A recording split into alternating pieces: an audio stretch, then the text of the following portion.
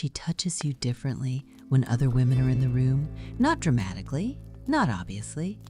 Just a hand that lingers half a second longer on your arm, fingers that find your back when you're talking to the waitress, a lean that closes distance she normally keeps. This isn't affection. This is territory marking. Her body knows something her mind won't admit, that your value isn't determined by who you are. It's determined by who else wants you. Watch her when another woman laughs at something you said. Really laughs. The kind that's genuine, unguarded, the kind that suggests she finds you interesting. Something changes in your girlfriend's face. Subtle, microscopic. Her pupils dilate slightly. Her breathing shifts. Her posture straightens. She's not jealous. Not yet. This is something that happens before jealousy, before conscious thought. This is her nervous system receiving information and updating its assessment of your worth. You become more attractive to her in that moment, not because you changed, because someone else validated what she already had. This is pre-selection, the biological algorithm running underneath everything she thinks about, attraction. Women are attracted to men other women want, not as preference, as programming, as survival strategy coded into the architecture of female desire thousands of generations ago. She doesn't choose this. She doesn't even know it's happening. Her body makes decisions her consciousness rationalizes later. You've seen it yourself. The way she barely noticed you at the party until she saw you talking to her friend, how her interest spiked the moment another woman seemed interested, how she suddenly remembered you were funny, smart, worth her attention. Nothing about you changed. Everything about her perception did, because alone, you're just a man, unverified, untested, potentially valuable but unproven. But when another woman shows interest, you become verified, socially tested, pre-approved. Your value confirmed by someone whose opinion her biology trusts more than her own initial assessment. This is why she watches you with other women. Not because she's insecure, because she's collecting data. How do they respond to you? Do they smile? Do they touch your arm when they talk? Do they find reasons to stay in conversation? Do their eyes track you when you move across the room? Each positive response is a data point. Evidence that other female nervous systems have assessed you and found you worthy of attention, and each data point increases her arousal, not emotional interest. Physical arousal, the kind that happens in her body before her mind catches up to explain it. She'll deny this if you ask. She'll say she doesn't care what other women think, that her attraction to you is independent, personal, based on who you are, not who wants you. She believes this. She's wrong. Her conscious mind tells stories about authentic connection and genuine compatibility. Her body is running calculations about social proof and mate value and competitive advantage. Watch what happens when you're in a group and another woman asks you a question, a real question, not small talk, something that suggests she's actually interested in your answer. Your girlfriend interrupts, not rudely, just inserts herself into the conversation, reminds everyone she's there, that you're spoken for, that this other woman is wasting her time. She doesn't plan this, it just happens. Her body responding to perceived competition before her mind can decide if competition exists. And here's what's interesting. After she marks territory like this, after she's reminded everyone you're hers, something shifts in how she looks at you. You're more attractive now, more desirable, more worthy of her attention, because she just had to fight for you, even if the fight was invisible, even if it was just a subtle territorial display disguised as friendly conversation. The act of defending her claim increased the value of what she's claiming. This is the economics of desire. Scarcity increases value. Competition proves worth. Easy possession suggests low demand. When you're hers alone, when no other woman looks at you, when you're completely available and completely devoted, Your value in her nervous system slowly decreases, not because she's shallow, because her biology is reading the absence of competition as evidence of low mate value. If no other women want you, why should she? Her conscious mind will list your qualities, your kindness, your stability, your devotion, all the things that make you a good partner. But her body is asking a different question. If you're so valuable, where are the other bidders? This is why relationships decay when men become invisible to other women, when they stop being socially engaged, when they exist only in the context of her world. She loses attraction not because he changed, but because the social proof disappeared. No other women validating his worth. No competition reminding her she has something others want. He becomes like furniture, functional, reliable, completely unglamorous. But put him in a room where another woman finds him interesting and watch what happens. She remembers why she wanted him, not through memory, through biology, through the same system that made her want him initially when she saw other women responding to him. This is why men who have female friends often have more successful relationships. Not because the friendships matter, because the social proof matters. Every woman who chooses to spend time with him is a vote of confidence. Evidence that he's worth female attention, validation that he has value in the sexual marketplace. And his girlfriend's body reads this data and adjusts accordingly.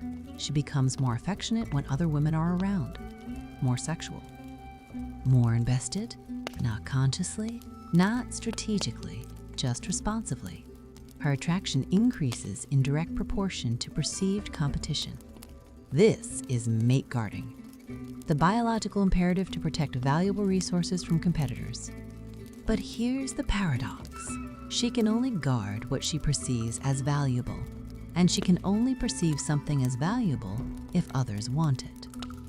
So the very thing that triggers her guarding behavior is the same thing that makes her want to guard it in the first place. Remove other women from the equation entirely, and you remove the mechanism that signals his value. His worth becomes theoretical, unverified, something she remembers but doesn't feel.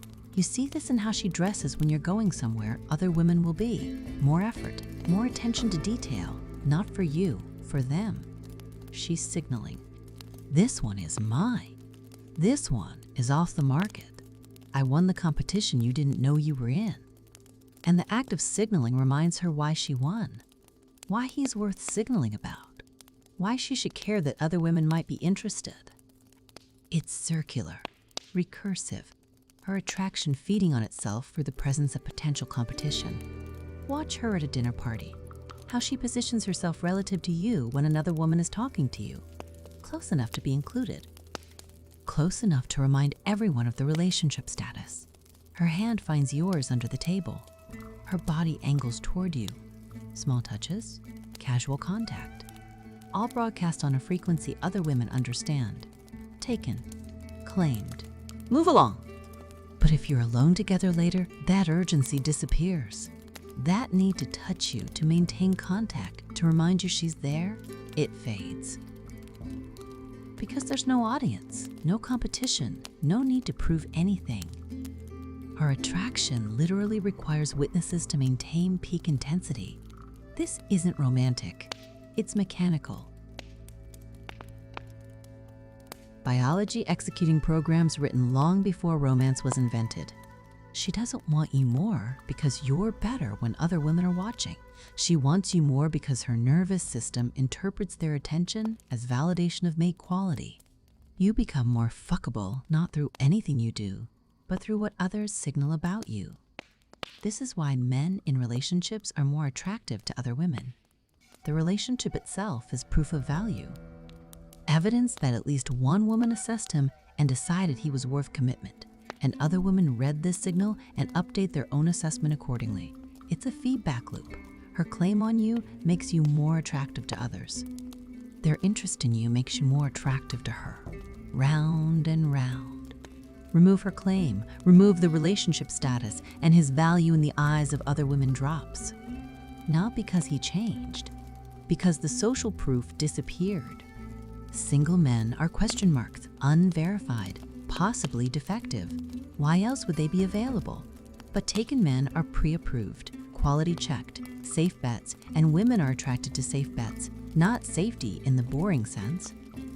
Safety in the evolutionary sense. Men whose value has been verified by other female assessment. She wants you most when she's reminded that she's not the only one who could want you, when the waitress is friendly, when her friend laughs too loud at your jokes, when the woman at the gym makes eye contact. Each micro interaction is a reminder that you have options, that her possession of you isn't guaranteed, that she could lose you if she's not careful. And that possibility, that tiny threat of loss, floods her system with chemicals that feel exactly like intensified attraction. Her body preparing to compete, to fight, to prove she's the better choice. Even though there's no actual competition, even though you're not actually considering leaving, even though the threat is imaginary, her biology doesn't care. It responds to signals, not reality. And the signal is clear. Other women are interested. Value confirmed. Attraction intensified. This is why the moment you become completely available, completely hers, completely devoted to the point where other women become invisible to you, her attraction begins its slow decline. Not immediately, not obviously, just a gradual cooling. A slow leak of desire. Because you stopped being a man other women want and became just her man, unverified by outside sources, valuable only in the closed system of your relationship. And closed systems decay, they lose energy. They stop generating the heat that comes from friction and competition and the possibility of loss. She needs to see other women look at you, not pursue you, not threaten her, just look, just acknowledge. Just provide evidence that you still exist as a sexual being outside the context of her relationship with you. Without that evidence, you disappear. Not physically, but sexually. You become neuter, domestic, safe in all the wrong ways. And her body, reading the absence of competition, concludes, you must not be worth competing for. This is the trap of complete devotion. The death spiral of removing yourself from the sexual marketplace entirely. You think you're being loyal, committed, a good partner. She experiences it as the removal of all evidence that you're worth being loyal to. Her attraction doesn't increase when you prove you only want her. It decreases. Because if only she wants you, maybe you're not worth wanting. But the moment another woman shows interest, everything changes. She remembers. Her body remembers. The chemistry returns. The desire resurfaces. Not because she's competitive, not because she's insecure, because her biology requires social proof to maintain desire. And social proof requires witnesses. Other women watching, other women assessing, other women validating what she already has. This is what keeps her wanting you, not your love, not your devotion, not your perfect commitment, your continued desirability to women who aren't her.